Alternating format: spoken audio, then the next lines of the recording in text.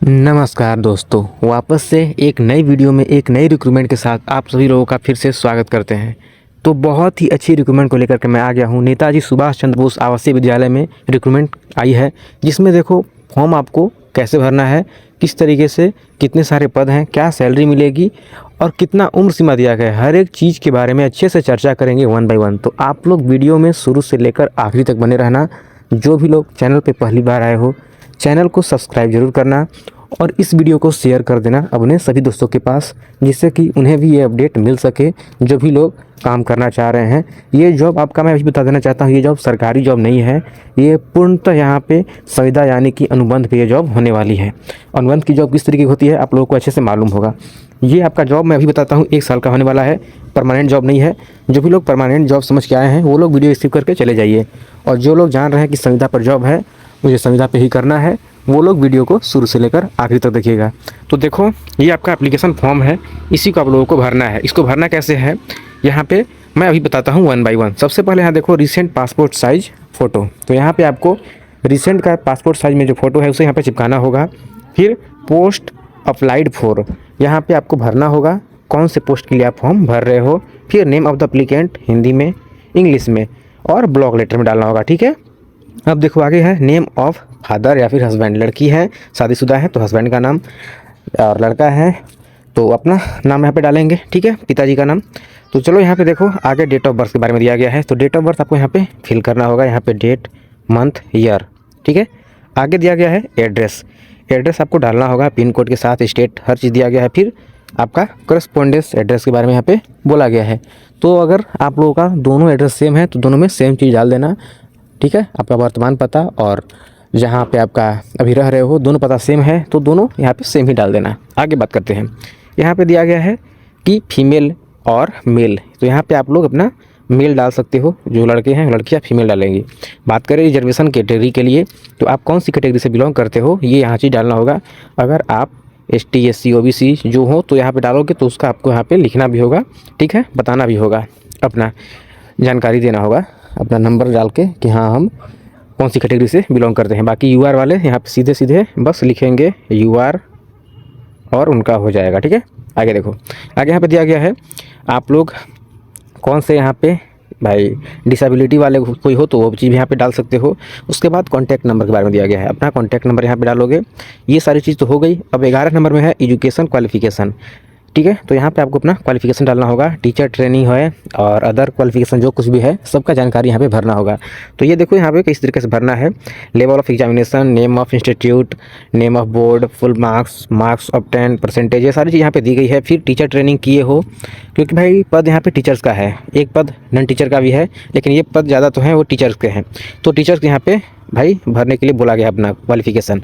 फिर बात करते हैं जेट के बारे में, यहाँ पे टीचर एलिजिबिलिटी टेस्ट यहाँ पे बोला गया है आपके पास झारखंड स्टेट का टेट, जो टेट किए हुए हैं उन लोगों के लिए यहाँ पे इस तरीके से भरना होगा उनको, ये सारी चीज़ यहाँ पे बोला गया है। फिर पोस्ट ऑफ द यहाँ पे अकाउंटेंट कम कंप्यूटर ऑपरेटर का है, वो सब चीज़ के लिए यहाँ पे डालना होगा, कितना वर्ड पर स्पीड आपका चल रहा है, वो सारी चीज़ जानकारी यहाँ पे डाल करके डिस्क्लेमर यहाँ पे दिया गया है, डेट, प्लेस और यहाँ पे लास्ट में आप अपना सिग्नेचर कर सकते हो, ठीक है। तो ये चीज़ तो मैंने आप लोगों को चलो बता दी। अब देखो आप लोगों को मैं रिक्रूटमेंट के बारे में दिखाता हूँ कि रिक्रूटमेंट किस तरीके से होने वाला है। ये तो आपका फॉर्म हुआ, इस फॉर्म को आपको निकालना होगा, इसी को आपको नॉर्मल भाई रजिस्ट्री करके नहीं भेजना होगा, आपको स्पीड पोस्ट के माध्यम से भेजना होगा, ठीक है। इन्होंने बोल दिया है पहले ही कि आपको नॉर्मल नहीं भेजना है, स्पीड पोस्ट के माध्यम से भेजना है। और ये PDF तो मैं टेलीग्राम पर दे दूँगा, तो आप लोग चाहो तो डिस्क्रिप्शन में लिंक दिया गया है टेलीग्राम का, उसे ज्वाइन कर लो। और मुझसे बात करनी हो तो इंस्टाग्राम का लिंक दिया गया है, फेसबुक का लिंक दिया गया है, सोशल मीडिया का सारा लिंक यहाँ पे दिया गया है मेरे चैनल पे, तो आप लोग वहाँ से मुझे ज्वाइन करके मुझसे बात कर सकते हो। तो ये देखो, सबसे पहले मैं आपको पदों की संख्या दिखाता हूँ। यहाँ पे देख सकते हो, यहाँ पे शिक्षक का पद है, शिक्षिका का पद है, दोनों लोग भर सकते हैं, लड़के लड़कियाँ फॉर्म, ठीक है। तो यहाँ पे हिंदी का है, अंग्रेजी का है, गणित का है, सामाजिक विज्ञान, और उसके बाद भी विषय यहाँ पे दिया गया है समूह जीव विज्ञान या फिर रसायन विज्ञान और सहायक रसोईया। इतने सारे कुल पद हैं यहाँ पे 6। सबका वैकेंसी यहाँ पे देखो किस तरीके से है, जनरल जनरल जनरल जनरल, बस सहायक रसोईया का जो पद है वो 2 पद है, जिसमें जनरल की आवश्यकता यहाँ पे नहीं है, ठीक है। यहाँ पे OBC में कैंडिडेट की आवश्यकता है और SC में, ठीक है। तो कुल यहाँ पे 7 पद होने वाले हैं, ठीक है।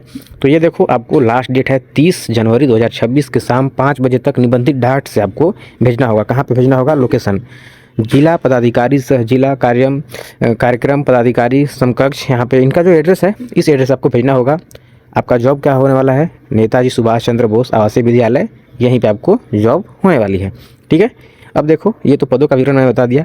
आगे बताते हैं कि चयन हेतु आपको यहाँ पे क्वालिफिकेशन के बारे में क्या मांगा गया है। किसी भी मान्यता प्राप्त बोर्ड से आपको यहाँ पे सबसे पहले तो आपको भाई कम से कम ग्रेजुएशन करके और जो टीचर्स के लिए आवश्यकता होती है उसको यहाँ पे बोला गया है। ठीक है, तो मान्यता प्राप्त बोर्ड विश्वविद्यालय से संबंधित विषय में आपको यहाँ पे पूर्णकालिक, ठीक है, ये जो यहाँ पे नंबरिंग दिया गया है इसे ध्यान दो। ये क्रमांक संख्या 1, 2, 3, 4, 5 पर अंकित पदों पर यहाँ पे हेतु आपको संबंधित यहाँ पे बोला गया है विषय में न्यूनतम 50% अंकों के साथ स्नातक, यानी कि ग्रेजुएशन 50% मार्क के साथ आपको पास किया होना अनिवार्य है। ठीक है, ये चीज़ यहाँ पे बोला गया है। आगे क्या है इसको देखते हैं। ये तो ग्रेजुएशन हुआ, उसके बाद यहाँ पे बोला गया है बीएड। ठीक है, बीएड करो। फिर उसके बाद यहाँ पे शिक्षक पात्रता परीक्षा, ये किसके लिए है, क्रमांक 1, 3, 4, 5 में जो विज्ञापन निकाला गया है उसके लिए है, यानी कि 1, 3, 2 में नहीं, यानी कि अंग्रेजी में यहाँ पे जेट की आवश्यकता नहीं है। इस फॉर्म को आप भर सकते हो अंग्रेजी वालों के लिए। ठीक है, आगे यहाँ पे दिया गया है कि आपको जो सैलरी मिलेगी वो सैलरी किस तरीके से मिलेगी। यहाँ पे सैलरी 15,840 रुपया प्रति माह मिलेगा। और जब 1 साल हो जाएगा कंप्लीट, तो 1 साल के बाद जब आपका भाई ये जो जॉब है उसको बढ़ाया जाएगा तो उस समय आपको साल में यहाँ पे देखो कितने रुपए बढ़ेंगे, 250 रुपये की वृद्धि होगी। यानी कि हर एक साल आपको 250 रुपये की वृद्धि होगी। स्टार्टिंग में आपकी सैलरी रहेगी इतना 15,840 रुपये। ये चीज़ उन्होंने बोला है। बात करते हैं सहायक रसोईया की, तो सहायक रसोईया के लिए यहाँ पे मात्र 8वीं पास क्वालिफिकेशन मांगी गई है। इनकी सैलरी रहेगी 5400 रुपये प्रति माह। ठीक है, और इनका 1 साल के बाद 150 रुपया बढ़ेगा सैलरी। ठीक है, ये इनकी सैलरी होने वाली है रसोईया की। और ये जो सैलरी मैंने बताई ये टीचर्स की सैलरी है 15,840 रुपये। अब देखो आप लोगों को क्या बोला जा रहा है यहाँ पे, वो चीज़ देख लो।